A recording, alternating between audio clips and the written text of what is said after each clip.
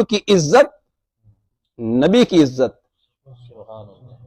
ہے، ان کی عزت نبی کی عزت، نبی کی عزت ہے دین و ملت، اسی لیے زہرائی عظمت پہ جان دینا قبول لکھوں۔ فرماتے ہیں کتاب عظمت سے فیض پا کر فروع لکھوں اصول لکھوں،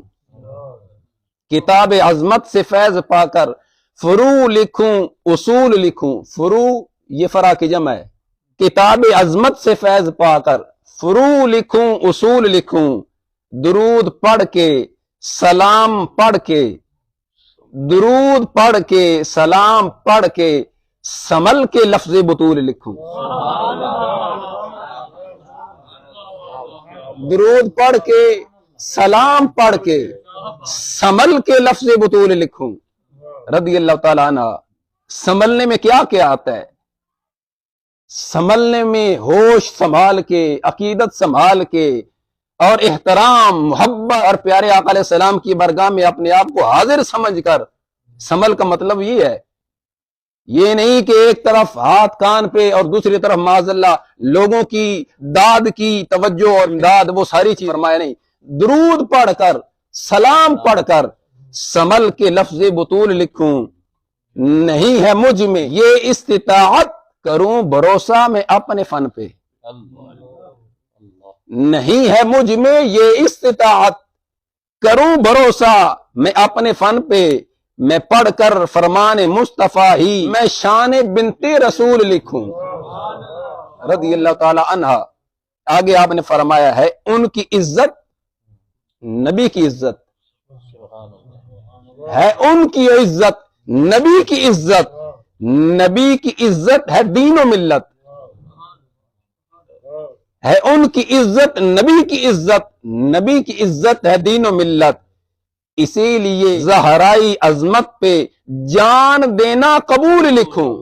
فرمایا کہ اگر مجھے سیدہ خاتون جنت رضی اللہ تعالی عنہا کی چادر تطہیر پہ پہرا دینے کے لیے جان قربان کرنا پڑ جائے تو میں اپنی سعادت سمجھوں گا کہ میری جان اس ذات کے تقدس میں چلی گئی جس ذات کو رب نے یہ شان عطا کی ہے۔ فرماتے ہیں ہے کتنا عمدہ خمیر ان کا، ہے کتنا عمدہ خمیر ان کا، ہے کتنا روشن ضمیر ان کا۔ مراد سیدہ خاتون جنت رضی اللہ عنہ کی ذات ہے، اہل بیت کی مقدس نفوس ہیں، سرکار دو عالم علیہ وسلم کی باقی بنات بھی ہیں جن کی رگوں میں خون رسول ہے، وہ رسول اللہ صلی اللہ علیہ وسلم کی باقی بھی 3 بنات ہوں، وہ سرکار دو عالم علیہ وسلم کے بنین یعنی بیٹے ہوں، سارے کے سارے خمیر میں شمار ہیں۔ تو فرمایا ہے کتنا عمدہ خمیر ان کا، ہے کتنا روشن ضمیر ان کا، اسی لیے ہی میں آل زہرا کو، اسی لیے ہی میں آل زہرا کو شاخ نوری کے پھول لکھوں، اس لیے ہی میں آل زہرا کو شاخ نوری، شاخ ٹہنی نوری سرکار کی ذات، میرے اعلی حضرت علیہ الرحمہ نے فرمایا تھا نا، تیری نسل پاک میں ہے بچہ بچہ نور کا، تو ہے عین نور تیرا سب گھرانہ نور کا۔ آپ فرماتے ہیں خدا نے بخشا انہیں یہ رتبہ، خدا نے بخشا انہیں یہ رتبہ، ہوا بلندی پہ ان کا چرچا، میں کسر شاہی کے سیم و زر کو سرائے زہرا کی دھول لکھوں۔ کسر کہتے ہیں ایوان کو، سیم و زر کہتے ہیں مال و دولت کو۔ فرمایا خدا نے بخشا انہیں یہ رتبہ، ہوا بلندی پہ ان کا چرچا، میں کسر شاہی کے سیم و زر کو سرائے زہرا کی دھول لکھوں۔ بنایا رب نے گدائے زہرا، ہے مجھ پہ خاصی عطائے زہرا، بنایا رب نے گدائے زہرا، ہے مجھ پہ خاصی عطائے زہرا، ہے جس کی قسمت میں ان سے کینہ میں اس کو ابن سلول لکھوں، ہے جس کی قسمت میں ان سے کینہ میں اس کو ابن سلول لکھوں۔ پڑھا ہوں پاکے دعائے سید، ہے مجھ پہ آصف نگاہ سید، وہ ذات حضرت سید جلال الملت والدین پیر سید محمد جلال الدین شاہ صاحب نقشبندی قادری قدس سر العزیز کی ذات،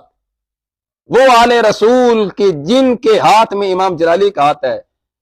اور پھر جنہوں نے تربیت کی حضرت امام جلالی کی، اپنے پاس پڑھایا اور پھر تربیت کی، تو آپ فرماتے ہیں پڑھا ہوں پا کے دعائے سید اے مجھ پہ آصف نگاہ سید، وہ لکھا میں نے ہے عقیدہ، وہ لکھا میں نے جو ہے عقیدہ، نہیں ہوں کہ میں فضول لکھوں۔ یعنی جس طرح باقی روافض یا اہل سنت کی صفوں میں چھپے وہ لوگ کہ جو سیدہ خاتون جنت رضی اللہ تعالی عنہ کی عظمت و شان کو بیان کرنے کے لیے معاذ اللہ نبیت تک لے کے جاتے ہیں، تو کیا یہ سیدہ پاک رضی اللہ تعالی عنہ کی شان ہے کہ کوئی کہے کہ معاذ اللہ وہ نبیاں ہیں؟ کیا سیدہ پاک اس پر راضی ہوں گی؟ سیدہ پاک رضی اللہ تعالی عنہ تو فرمائیں گی کہ